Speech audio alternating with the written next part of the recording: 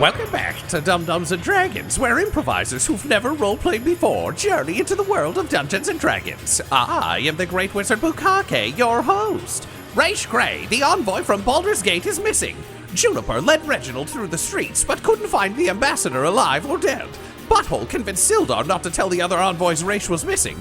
And Quinny's luck finally ran out as he was caught breaking into Raesh's room. Will the nation of Assguard survive this terrible morning? Find out next on Dum-Dums and Dragons. Quinny, you are paralyzed in a closet. Not how you expected someone to get the drop on you, but perhaps never in your life have you rolled 2 1s, having burned up all of your halfling luck getting lucky. And as a result... Oh, my God. Yeah, I killed me. I didn't say it last time, so I've just been waiting. I've just been biding my time. This is my Count of Monte Cristo moment. I've just been biding my time, baby, building it up step by step, revenge scheme. So while you were getting laid, Tom was learning the pun. So you are frozen, and you hear a voice that makes your predicament even worse behind you. The lilting tone of Falmire Pinkblossom. And she sort of, you can hear her approach, and you can feel her magic binding you in place. And suddenly your jaw comes a little looser. You're able to kind of speak a little bit, but not a tremendous amount. Not like casting by words amount, but you can kind of grit stuff out as she approaches and just says, "So tell me, Mr. Brown Barrow, why is the Minister of Culture poking around in an envoy's room? Are you perhaps a confederate of our dear Person Grey?" Let me go. Oh, of course. Why wouldn't I do that? That's a perfect... Of course I'm not fucking letting you go. Sneaking around in the dark, slipping into an envoy's room. This is quite a diplomatic faux pas, Mr. Brown Barrow. I understand that you and your compatriots are new to this whole game, but it is frowned upon to invade the sovereignty of an envoy's room. So I ask you again, what are you doing here? Let me go. I'll show you an invasion of sovereignty. All right, Quinny, what's your I'm going to need you to make a wisdom save. Okay. There wasn't even an or. It was just a threat. Yeah. Yep. Yeah. Quinny, what is your... if you go ahead and make a wisdom save, please. Yeah. Wisdom modifier save is 0, so that's a 5. So I don't know any better. I keep threatening. I don't learn a lesson. That wasn't about learning a lesson. This isn't a very special episode. You're going to take 22 points of damage as she just shifts everything in your body ever so slightly in the wrong way. It is every jammed toe, slammed hand in a door, everything you've ever experienced simultaneously. Oh, I don't like that. You want to try and make a case for taking half? Because unfortunately you can't uncanny dodge because you are frozen in place. No, I'm just bad at math, so I'm going to count up to my health total instead of subtract from it because it's just easier for me that way. Understood. Hey, I'm with you. So we're starting at 22 damage on the character sheet. Right. Ow. Ow, indeed. You're making things worse for you. Let me go now. Mr. Brown Barrow, I don't think you understand quite how this goes. I have caught you trespassing on the authority of the Lord's Alliance, which I represent, if you had forgotten. I will slowly break every bone in your body unless you give me a reasonable response. You won't leave here alive if you kill me. And your nation will be leveled by the Alliance and Cormyr. So tell me, Mr. Brown Barrow, I am losing my patience. What the fuck are you doing in Raesh Grey's room? Finding Traitors. Found one. And at this, she gives you sort of like, you can hear the pursing of her lips behind you, which is somehow worse than the 22 damage.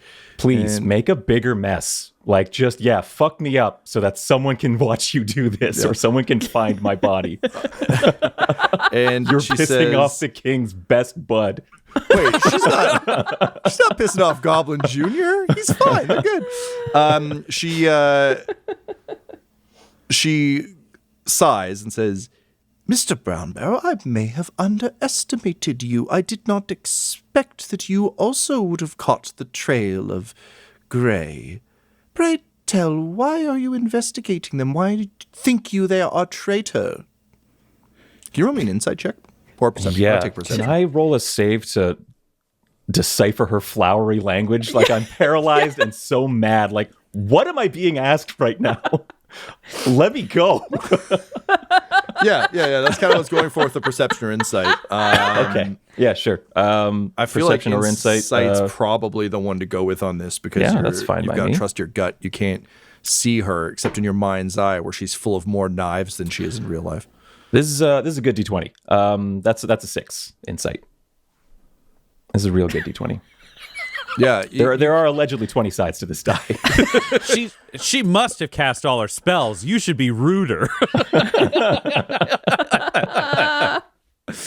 Okay, so you don't get anything else from her tone.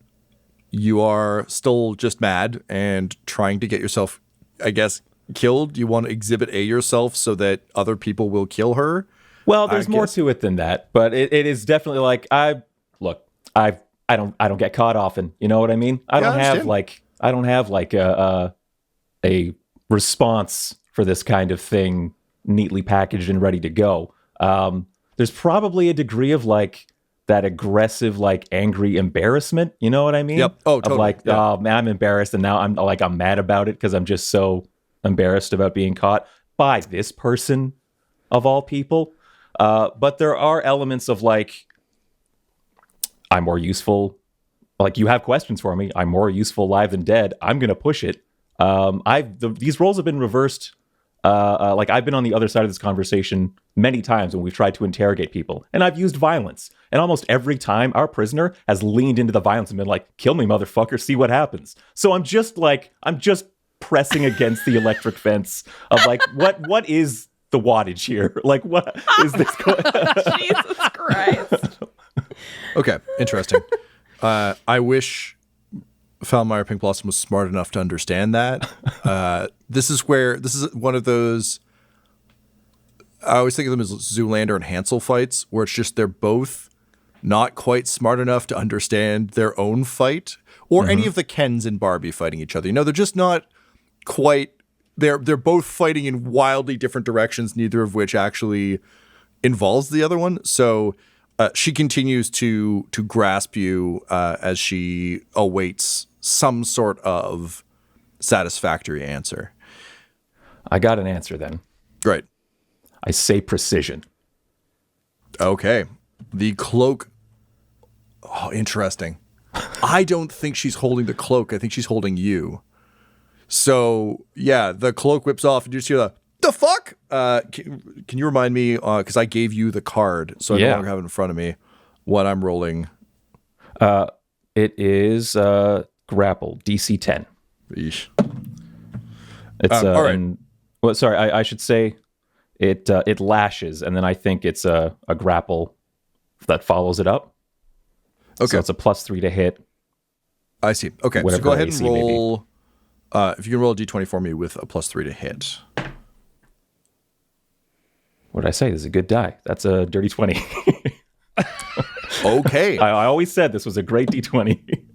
So the cloak whips off of your shoulders, and you hear a very distinct and somewhat, I'm sure for you, delightful "the fuck" as it flies back. And I think it's just a full face wrap.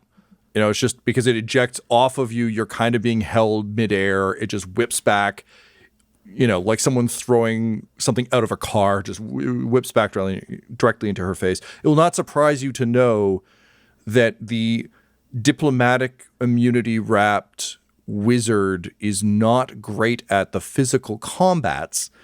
So she is sort of grabbed, stumbles backward, and her concentration breaks.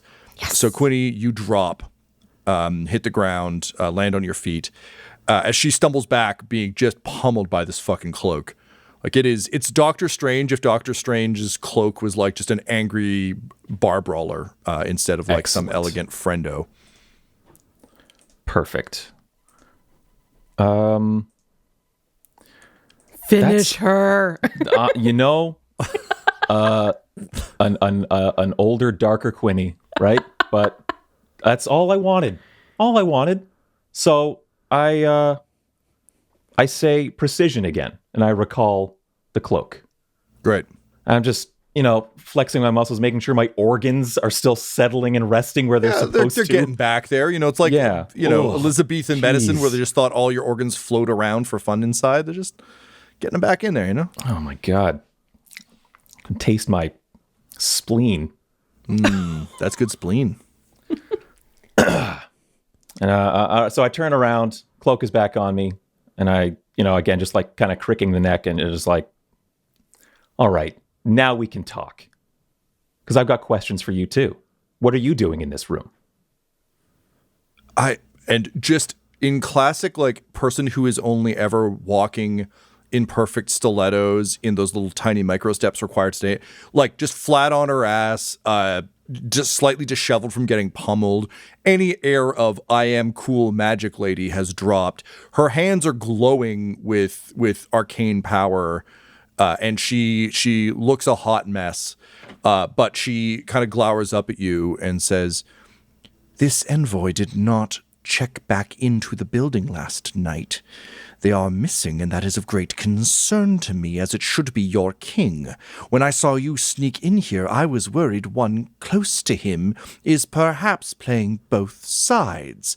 So tell me, Quinny, are you a harper?" What? No. And she kind of like does the shifty eye thing.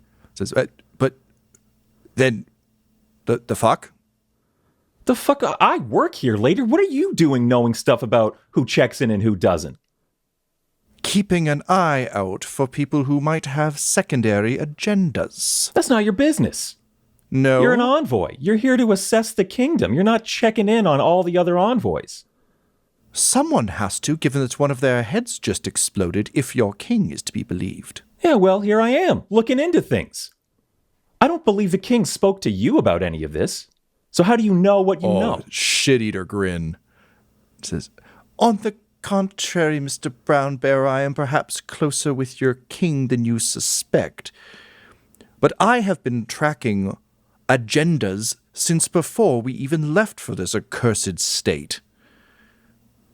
The people of the Lord's Alliance are meant to represent the interests of the Lord's Alliance, and yet we had a harper in our midst. That represents a secondary agenda, which is of great concern to me, as it should be you, if indeed you are not one of their number." Can you roll a deception check?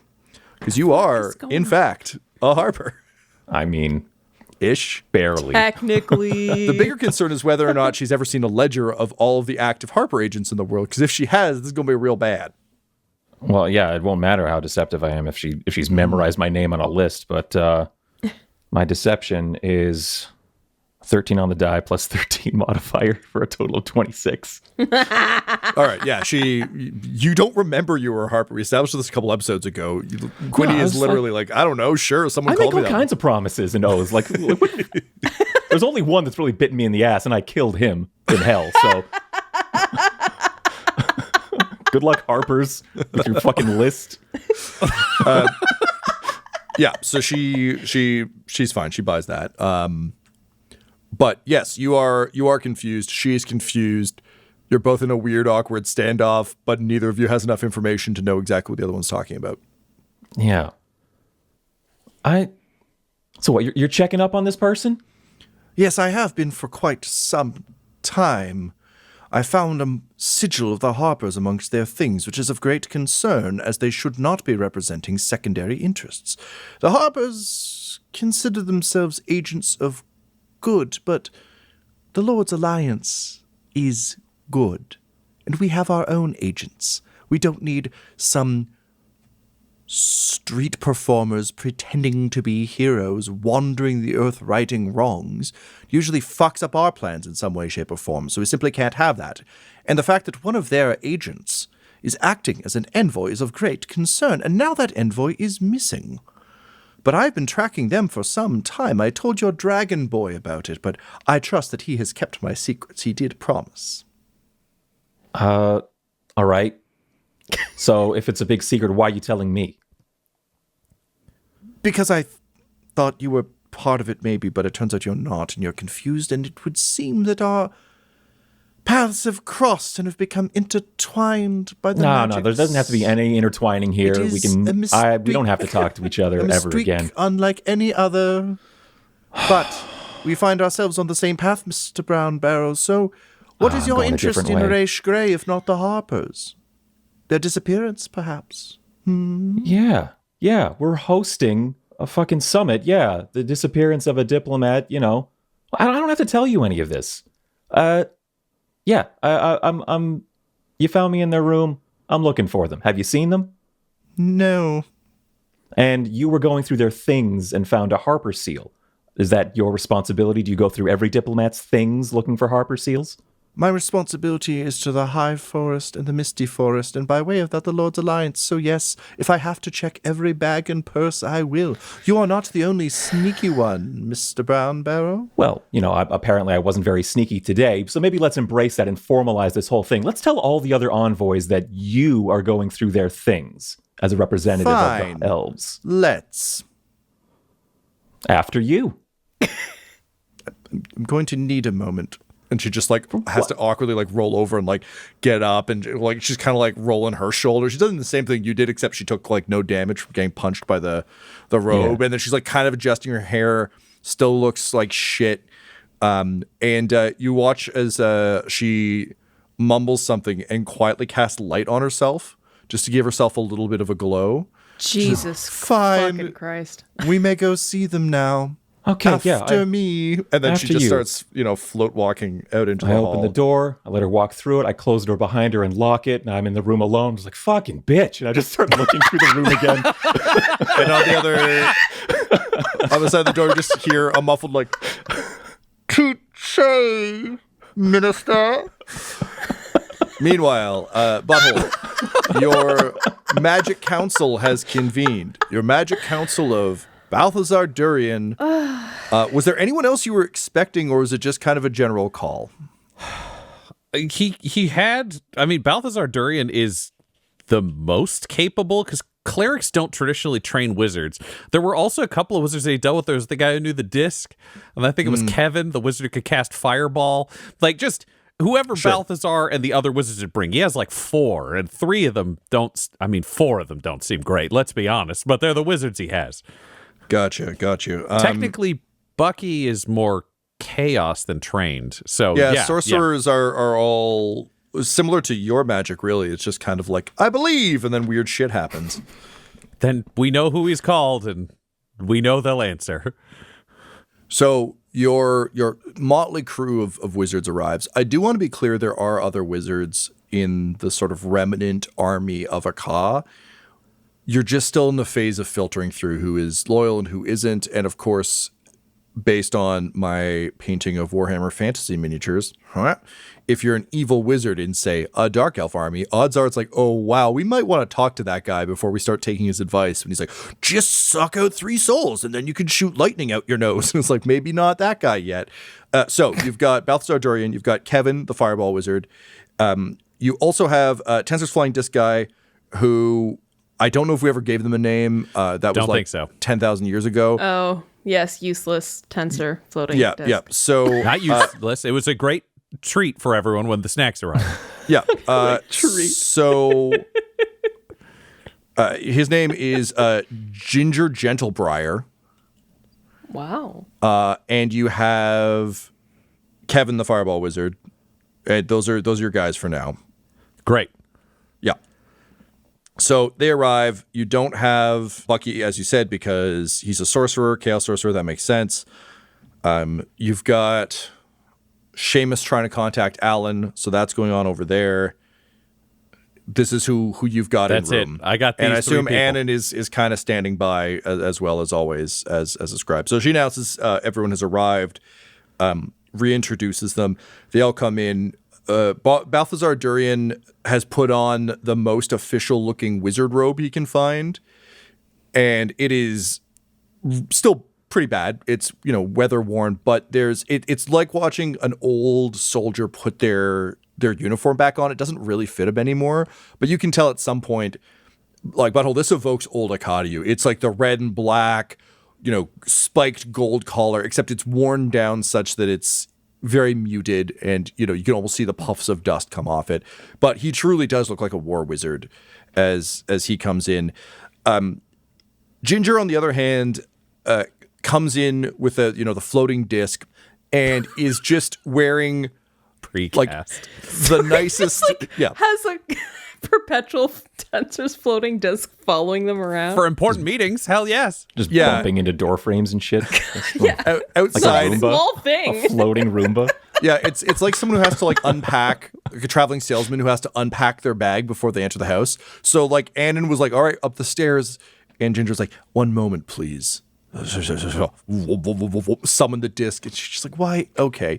So enters with the disc in front of him, with his hands up on either side like he's fucking Magneto, just to really kind of give them the mode, and doing like a bit of an overly tall walk behind it, trying to look majestic. And Kevin is looking kind of rough, a little bit tired, and is very distinctly hungover from the party the night before. And he comes in just basically in, a singlet, the fancy equivalent of sweatpants, and he's thrown a sort of a hearty leather jerkin over top of the singlet. Looks just deeply underdressed, like a video game character where you just unequipped all the wrong things. So the three of them enter, and Annan just clears her throat. You notice that she's getting better at not rolling her eyes into the back of her head every time she starts one of these meetings, but not that much better.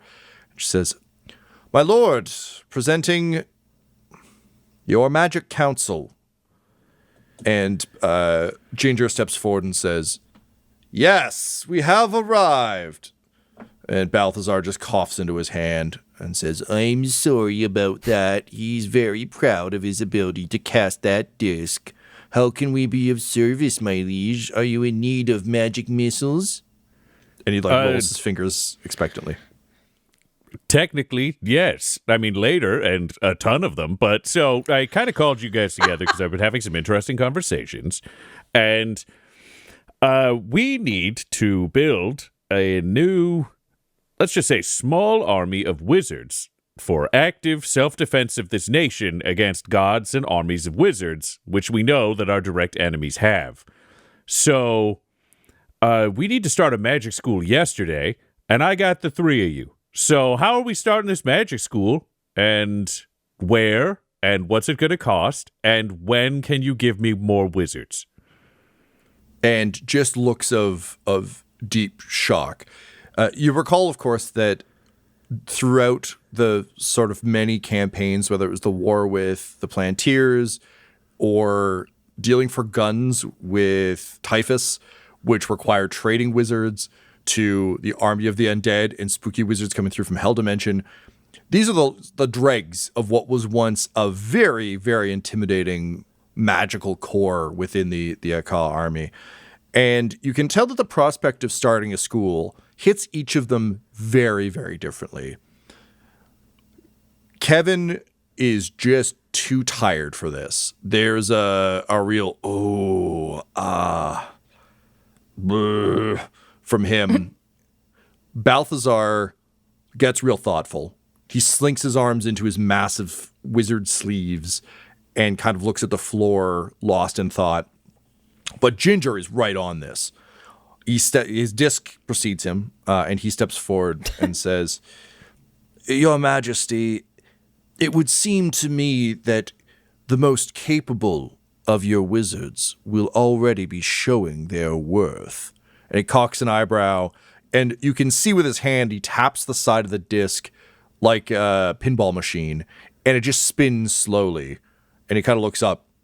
in a little bit like Goblin Jr. back when he was learning to walk in an interesting way. And he says, if you give me enough time and resources, I will build the Gentlebriar School of Adepts. I will train your wizards, and together we shall be the greatest fighting force this world has ever seen. I assume you just need things lifted that are somewhat lightweight and can go from one spot to another. All right, well, you're coming to me saying that you're ready to birth a national army based off of this disc and any other magic, or just teaching people how to do this disc thing? I can cast this disc 3 times a day. Do you have any other magic, or is it just the disc? I am not unversed in thaumaturgy. I can make loud noises louder, lights slightly brighter. I can make a knock sound appear over there. Hear that? That's me. All right, I hate to do this in front of your fellows, but I think you're kind of embarrassing yourself right now. I have a giant hammer, and he reaches behind his throne and takes the hammer out, and he just sets the pommel of it on the ground as he's sitting on his throne. For these meeting rooms, it's been propped up, so he's... If they were like some asshole from a foreign nation, he'd be propped up even higher, so they have to look up at him, but he's just at eye height, so if he's sitting, it's not embarrassing, but he doesn't know how many meetings he has to do. He's like, here's the deal. If I don't even use any magic, but if I stand up and come at you with this hammer right now, what are you doing that's able to stop me? I'm saying no magic, no god, just big guy with a hammer. What do you got? Well, you would have to get past the disc, and it puts up a non-zero amount of resistance. I would like to walk through the disc, Tom. So you can't, but it moves with you. It's like walking in a pool where you just bump into a floating... Is it solid, or what is the texture of this disc it's as solid. I come to it? It's solid. It's not like rock solid, but it's kind of that magic. So it's similar to your spiritual hammer. For me to flip it like a table with nothing on it with one hand? I mean, I think by letter of the law in the rules of Dungeons and Dragons, no. But we did have that sword full of bees that one time, so I'm going to say sure. We've established this guy's not very good, so I think it's fair. And you're a demigod, so yeah, probably. Great. Then Butthole would like to reach down towards the edge of the disc and make the movement of flipping it while going, rah, and raising a hammer. And he would like to cast thaumaturgy himself to make that yell very loud, in the hopes of breaking this wizard's concentration to make it really clear how useless this spell is. Can you roll me an intimidation check? Yes, I can. At advantage.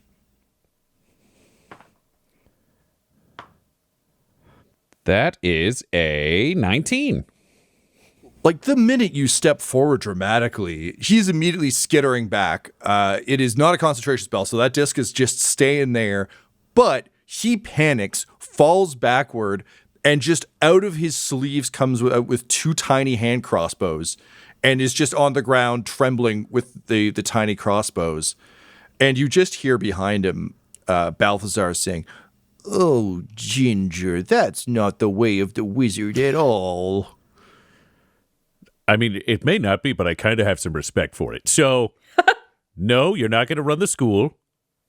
Maybe you could teach a class on the disc, but I'm actually more interested in you teaching the wizards how to pull out crossbows if they run out of magic, because that shit's actually useful. If I could count the number of wizards who ran out of spells, and if they'd had a crossbow, I would have been in real trouble. That's at least like 6. And Ginger kind of like, honestly, almost settles into himself a little bit.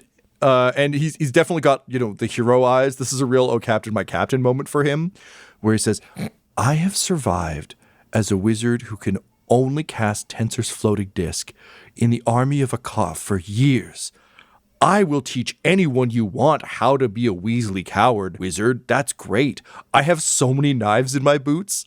It's incredible. So if you will permit me, I will happily take on that task." Yeah, you're going to teach non-magical self-defense. That's a class that legitimately needs to be taught to wizards. I may have to team you up with like a soldier to teach them how to actually fight and use the knives, but all the hiding of the knives, the paranoid carrying of the knives, major points for that. I don't know if you've met my Minister of Culture, but that dude's always got a knife, and it's really worked out for him. Oh, I just assume everyone has a knife. It's a Assguard. Sorry, it's going to take some getting used to. Well, we can come up with the name for your martial art. You could always assume the enemy is armed. There are a lot of options. Interesting. Yes. I will do this. My king. And he bows low onto his disc, and then using his forehead and his power, lowers the disc to the ground in deference. All right, he's cool. He's got a job. So you other two, what are we doing for this magic school? And Kevin says, listen, sir, I'm going to level with you. I read a scroll that taught me the fireball ability. I looked at some other ones, but none of them held my interest the way the flame did. I can maybe teach people how to learn from scrolls and things, and I'm more than happy to teach people about the dangers of the fireball. You know, only you can prevent friend-based fireball murder, so I gotta make sure that people are up to date on that. But I gotta tell you, I'm better blowing things up than I am at building them, so I don't think I'm your guy. All right, so you could be on staff on the flame-related thing. As a guy, it was a large number of burn scars from a wizard who didn't necessarily consider the consequences of fireball terribly well. I think this sounds like a valuable lesson that I would like taught to everyone who's going to use magic near me. Wait, hang on. Your friend cast fireball on and or near you without taking appropriate protocols? Yeah, that's why my face doesn't look so great. Wait. Like it used to be a lot. You know, it looks fine. It's just not very smooth. It used to be a lot smoother, and now it's got more character. But you survived? Oh, yeah. Wow, they sound like a pretty good fireball wizard, to be honest. I mean, every time I've fired near some friends, those are some awkward funerals. So, cool. All right, well, yeah, I can teach people that. Sure, that'd be great. Great. You'll do that. That'll be cool. Balthazar. So we got a school do we need a building? Do we need to buy scrolls or something? I don't know how to do any of this. I'm a cleric, so my magic I just kind of earned through faith, I think at this point in myself. Let's not get metaphysical. But how do we teach people this? What do we do? Do you know how to build a school? Well, sir, I'm mostly known for my ability to throw magic missiles. Is my main effort. I've never been called upon for such high purpose. Butthole, you can tell that Balthazar probably has some answers for you, but he definitely doesn't have any confidence or faith in his abilities beyond magic missiles. How do you try and inspire Balthazar Durian to rise to the occasion here? I mean, I'm going to clap a hand on his shoulder and using that sound, fart and cast guidance in a way that I'm hoping the shoulder clap will hide it so he just feels a little more brave and a little more capable. And I'm going to say to him, Balthazar, I invited these other two because they were part of our whole ceremony and clearly they've got some skills. But looking at your uniform, you've got the experience, you've got the ability. And you know what? I've never heard anybody talk about a spell with more enthusiasm than you do for magic missile, which means there's a passion for magic deep in your heart that is, I'm going to say, staggering, bordering on insane. You feel about magic the way I felt about Moonhammer and the way I now am morally obligated to feel about myself. Let's not get metaphysical. So I think you can help me build a school and then do a job there. I'm not saying what it is. It's not my job. I don't know how to teach this shit. I didn't know that disc thing was going to turn out there's a martial artist over there based on terror.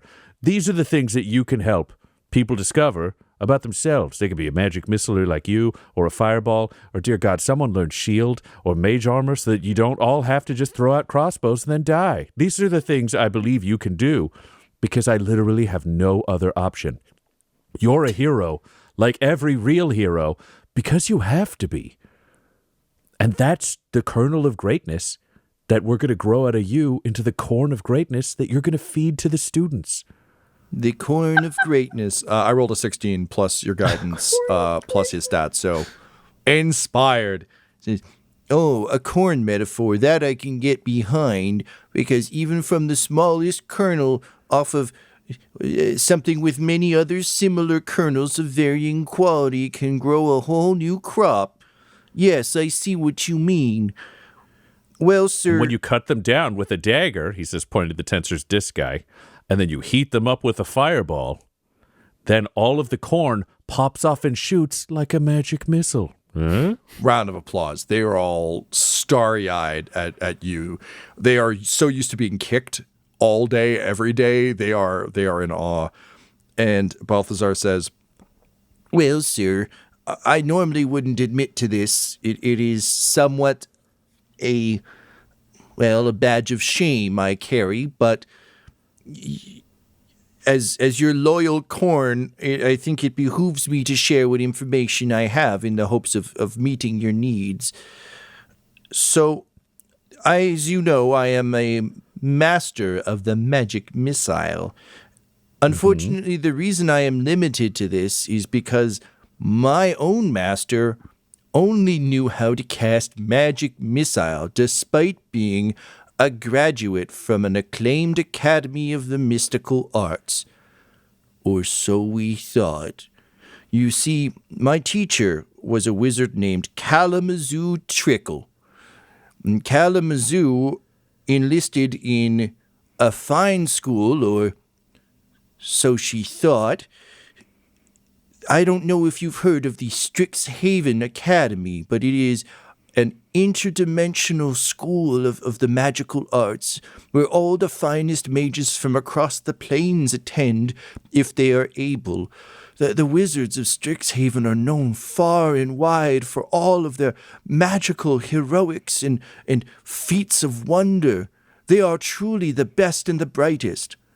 Unfortunately, we will not have access to any of them because of the actions of Aka over the years, and unfortunately, he looks left and right, like he doesn't want to say it too loud, and says Lord Typhus, as a dimensional jumper himself, was a rather known enemy of Strixhaven, and as a result, they will have nothing to do with us, as I'm sure all the major schools will not at this point. Okay, so we're opening with the bad news. It's good to know what we don't have. Yes, yes. Well, let's just fast forward a little bit to what we do got, buddy, because this is feeling kind of dark. No, it's okay. It's just important for you to know kind of the situation before you invest in what I'm going to recommend. So my master, Kalamazoo Trickle, was quite enamored with the idea of attending Strixhaven and was thrilled to discover that they did in fact have a satellite campus here in our world. The famed Figplot Academy for the Magically Inclined, the first satellite campus of its sort, or so the materials said. Now, my master, she spent a lot of gold attending the Figplot Academy in the hopes of learning the mystical arts, and yet every year she spent more money, and every year she continued to learn magic missile, until the school was shut down when it came out that the current operator, Arcturus Figplot, had in fact been taking bribes to accredit the various nobles of the realm's kids with magical degrees. So if you've ever wondered why there seems to be a distinct shortage of magical types, part of it is there were a bunch who were told they were wizards who actually came away with just 1 or 2 spells. Sadly, this happened to Kalamazoo, who was neither wealthy nor apparently that smart, and as a result she was left with but 1 skill. Similarly, when I heard there was an accredited Strixhaven satellite campus graduate nearby, I sought her out to teach me, and she did. Magic missile. So, it's a good news, bad news scenario, my lord, as you've indicated. Strixhaven won't touch us with an interplanetary pole, but the Figplot Academy is still technically accredited by them, and is still technically a magical school. It was quite well equipped. Apparently the con required it to be very functional seeming. They just really spread the magic out over a lot of different people. So, if you were to purchase this academy for yourself, it would already kind of exist. You could frame it as a good old-fashioned redemption story.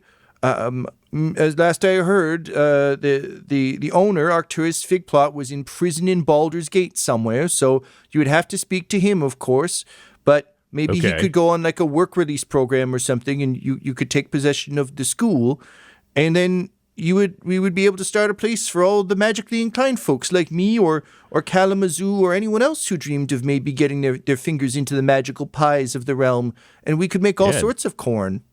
Yeah, maybe we could get some, like, qualified teachers in so that you and the students could learn some other spells, too. I mean, this Figplot person sounds like a real piece of crap, but, like, maybe we could turn them around, or maybe they could stay in jail and we could run the school and maybe change the name away from Figplot, you know, the Butthole Academy. No, wait, we can't be my name because we need this to be sneaky. Yeah, my recommendation would be, you know, it's a little bit like if you don't want anyone to know a cool place is somewhere, you just buy an old strip mall and just move in there.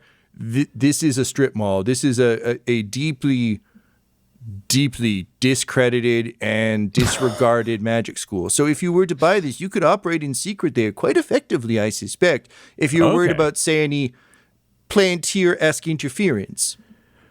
This is making a lot of sense. I think you're giving me some really good advice. I like this. I got to look into a trip to Baldur's Gate, but first I have to avoid several wars and the destruction of this nation. But I'm thinking you give me 2 more weeks, and I might be able to send the little envoy group out to Baldur's Gate to try to get Mr. Figplot on parole or whatever, and then we can start teaching wizards a second spell. Yeah. And sir, for what it's worth, there are many, many magically inclined people all around the world who just need a place to try. So it's not like it would be all bad, particularly if someone you trust was running it rather than an avowed crook. I think that would be a sincere upgrade. Yeah, that I'll makes look a lot into of sense it, to me. And unfortunately, Kalamazoo Chickle passed away years ago in a wizard duel where she was squarely killed for only knowing magic missile. But I have her books and papers, so I can look those over a little bit and see if there's perhaps any more knowledge I can ascertain for you. And I will, of course, do whatever is required of me to ensure that it runs more smoothly than it did under the villain Figplot. Thank you so much. This is really, I'm feeling much more confident about this. I think you've really stepped up to the plate. These two, I'm sure, will help you along the way. I'm going to sort out the stuff that I need to sort out on my end, and we'll get the ball rolling on this. Well, that's wonderful, my lord. I appreciate that you trusted me to provide a skill other than magic missile to you today. I mean, maybe you should trust yourself to provide things other than just magic missiles, because you got a gift, buddy. You got a strong personality, you're brave, you're smart, and you're offering things pretty selflessly and without a lot of ego. And let me tell you, there are a lot more Seraphina Bellwinters out there than there are Balthazar Durians. And we smiles need more Durians in the world. He smiles his little Paul Giamatti smile and just says, well, what can I say? Now I've got confidence. And then he just titters to himself and scurries out of the room. Okay, I like this guy. I like this guy a lot. And the moment they're gone, Butthole goes, that went pretty well. And he turns to Annan. Okay, based on that conversation, I'm going to need you to buy a magic school and figure out how to run it, because I got nobody. So good luck. And put it to the list. Annan just turns the page and has clearly already started.